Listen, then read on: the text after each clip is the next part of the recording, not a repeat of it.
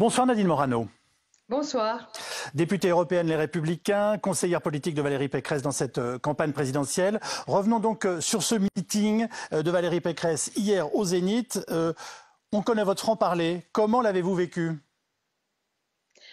D'abord, ça a été une forte mobilisation, nous l'avions dit, toutes nos fédérations se sont mobilisées, il y avait plus de 7500 personnes, une salle chauffée à blanc, des drapeaux bleu, blanc, rouge partout, beaucoup de militants, beaucoup de ferveur. Un vrai beau parti politique qui a montré son envie de gagner cette élection présidentielle, cette joie aussi à participer à ce meeting. Après, on sait très bien que c'est pas l'exercice favori de Valérie Pécresse. Ces meetings, c'est un exercice un peu compliqué pour elle. Par exemple, j'ai écouté sur RTL ce matin, elle était parfaite. Nadine Morano, certains de vos amis vous ont entendu dire « Oh là là, mais qu'est-ce qui se passe? C'est pas possible ». Qu'est-ce qui n'était pas possible, si ces témoignages sont bien confirmés? Et par ailleurs, vous avez l'honnêteté de nous dire « Oui, elle n'est pas très à l'aise dans ce genre de meeting ». Il n'empêche, il va falloir qu'elle en fasse d'autres et c'est comme ça qu'elle pourra mobiliser sa famille. Qu'est-ce qui ne va pas? Est-ce que vous avez un conseil à lui donner ce soir? Quand j'ai dit qu'est-ce qui se passe, parce que c'est bizarre, c'est pas un journaliste qui m'a entendu dire ça, donc franchement je suis étonnée de voir des phrases. Non, c'est un cadre LR, je vous le confirme, qui lui l'a rapporté à un de nos journalistes. Ouais, il aurait pu vous dire pourquoi j'ai dit mais qu'est-ce qui se passe, c'est pas possible. En fait, au moment où elle arrivait, elle a mis beaucoup de temps à arriver et la musique s'est arrêtée. Et donc, c'est pour ça que j'ai dit, mais qu'est-ce qui se passe? C'est pas possible, parce que je trouvais que son arrivée était assez longue, à traverser la salle. Donc, c'est à ce moment-là que j'ai dit ça. Ceci étant, elle a progressé au fur et à mesure du temps dans les meetings, mais bon, est-ce qu'on attend, est-ce que les Français veulent élire une bête de show ou un président de la République qui peut apporter des solutions à la France? Parce que dans ce cas-là, vous avez Mélenchon, qui est une bête de scène, mais quand vous regardez son projet, ce sera un désastre pour le pays. Bon, Valérie Pécresse est moins à l'aise dans les meetings, c'est une réalité et qu'elle ne dément pas d'ailleurs, mais sur RTL ce matin, vous étiez d'ailleurs présent. Vous avez entendu à quel point elle était combative, déterminée et beaucoup plus à l'aise à répondre de cette façon. Voilà. Donc vous ne lui dites pas ce soir sur BFM TV, Valérie, il faut se réveiller. Non, je lui dirais, Valérie, sur ce genre d'exercice, il y a encore du boulot, quoi. Mais je sais que c'est pas simple, il faut être à l'aise sur ce genre de format, sur ce genre de scène. Voilà, il y a un peu de travail à faire, mais regardez, cette scénographie était absolument fabuleuse, la ferveur des militants était là. Je crois qu'elle continue à travailler au cours de ces semaines qui vont venir. Nadine Morano, c'est pas à vous que je vais expliquer que ce n'est pas une scénographie qui fait une campagne. Bien entendu qu'il y avait du monde dans cette salle, bien entendu que les militants étaient heureux de voir leur candidate. Enfin voilà, on se dit qu'on a besoin, elle a besoin d'autre chose. Donc vous nous avez dit, et c'est très honnête, sur la forme, il y a encore du travail.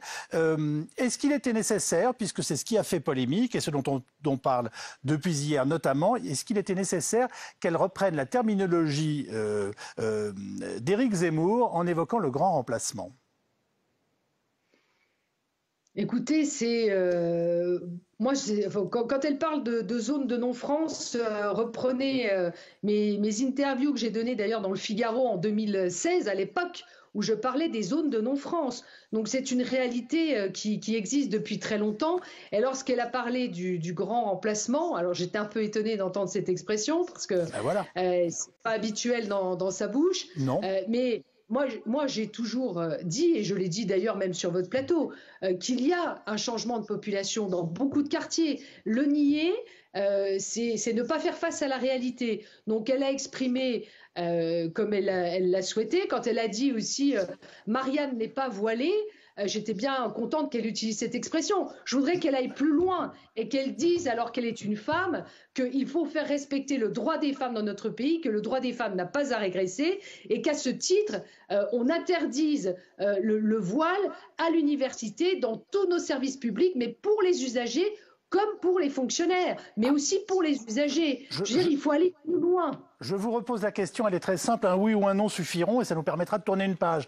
A-t-elle eu tort, selon vous, d'utiliser cette terminologie de grand remplacement ? En une phrase, vous êtes gentil, mais moi, j'aime pas répondre en une phrase. Donc, alors, vous avez le droit d'en prendre trois, mais vous ne vous privez pas généralement de le faire. Elle n'a pas tort d'évoquer ce vrai sujet. Elle n'a pas tort d'évoquer ce vrai sujet que je partage de ce changement de population dans beaucoup de quartiers, qui nécessite d'ailleurs une maîtrise absolue de l'immigration, de personnes qui ne partagent pas notre mode de vie et notre culture et qui n'ont pas envie de s'assimiler et qui, par de fait, essayent d'imposer leur mode de vie. Ça n'est pas acceptable. Et je crois que c'est par là aussi que veut aller Valérie Pécresse avec les quotas migratoires et les propositions qu'elle fait dans son programme. On va écouter Éric Zemmour qui, lui, visiblement, se frotte les mains. Le parti républicain est condamné, en vérité. Il est condamné. Éric Woerth, qui part chez Emmanuel Macron, l'a très bien dit. Valérie Pécresse, qu'est-ce que c'est? Je cite Éric Woerth. C'est du Emmanuel Macron sans le talent et du Éric Zemmour sans la puissance. Désormais, les LR devront se répartir et choisir entre ces deux candidats. Voilà, les uns iront chez Emmanuel Macron, les autres viendront chez moi. C'est inéluctable. Que répondez-vous à Éric Zemmour? Qu'on ne dépèse pas comme ça un parti politique qui est un grand parti politique avec plus de 350 parlementaires, députés, sénateurs, députés européens. Je trouve qu'il va vite en besogne. Il a eu le courage et il a eu la sincérité de poser sur la table des vrais débats, des vrais sujets.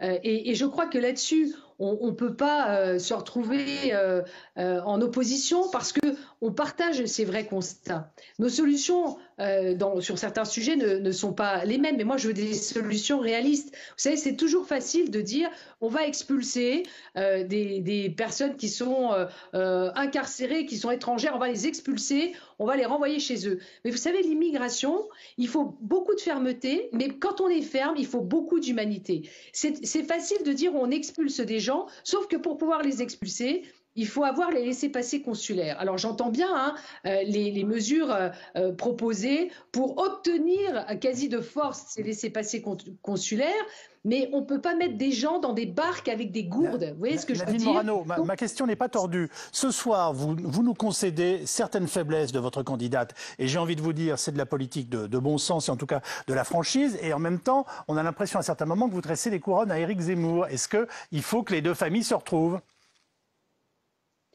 Non mais, entendez-moi, quand on parle de faiblesse, on parle de faiblesse de prononcer des discours dans un meeting, alors que je vous ai dit et expliqué qu'elle avait été excellente ce matin sur RTL et vous étiez présent. Donc voilà, notre famille politique est vraiment en ordre de marche. Il faut qu'elle progresse sur ces meetings d'ampleur. Je pense qu'elle y arrivera au fur et à mesure. Ensuite, moi, je ne veux pas me mettre en contradiction avec mes convictions que je porte depuis très longtemps sur la maîtrise migratoire, sur la modification de cette population de notre pays, sur lequel il faut absolument arrêter ça parce que voilà, ça met en péril notre cohésion nationale.